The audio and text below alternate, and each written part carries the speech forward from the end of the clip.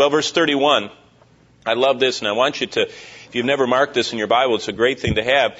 He said some points to them which constitute a way we can confront people. In fact, I remember the first time I ever preached on verse 31, I was at Zuma Beach in Los Angeles. It's one of the most great, if you ever want to have an awesome place to preach, go to Zuma Beach. You can stand on a rock, and the whole time you're preaching, the waves hit it, and they shoot straight up like this, right behind you. It's just, everybody has their eyes glued on you, whether you're a good preacher or not. It's so loud they can't really hear what you're saying anyway. But I remember preaching, floodlights on me, and the whole youth group of Grace Community, I think there were about 600 there, and the water was going, and they couldn't hear it. I'll tell you what I told them, because they didn't get to hear it that night. The water was too loud.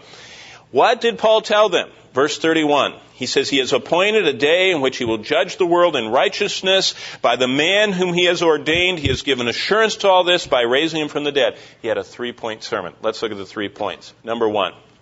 Verse 31, the beginning. They each faced an inescapable day. We need to tell people that we know we are approaching an inescapable day. We can't get out of it. We have an appointment. We can't avoid it. We can't be late or call in sick or have our car break down. We have an inescapable day. We're going to meet God.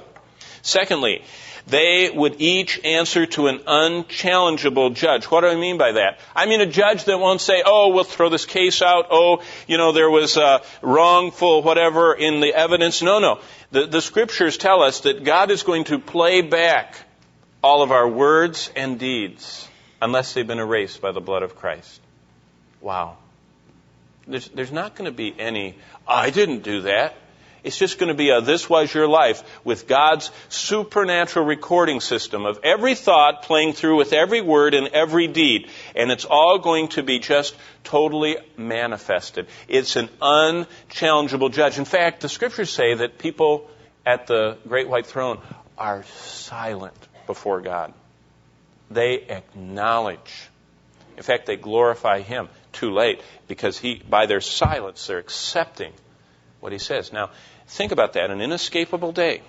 And by the way, we also have an inescapable day. We'll see at Corinth, but part of the compulsion we have to witness to the lost is you have an inescapable day, and everything you've ever said, thought, done, every single bit of it is going to be not in digital, the video, it's going to be in surround hologram. It's going to be reenacted before you. You're going to see it.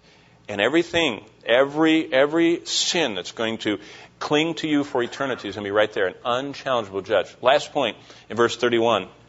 All this, he said, is based on this. At the end of verse 31, he said, he has assured us this by raising him from the dead. It's an indisputable fact. Witness to 500 people witness the risen Christ. There are more witnesses that Christ rose than there are that Julius Caesar ever existed, or you could go through any event in history. And so he builds his gospel message on this inescapable day and this unchallengeable judge and this indisputable fact that Jesus Christ truly rose from the dead.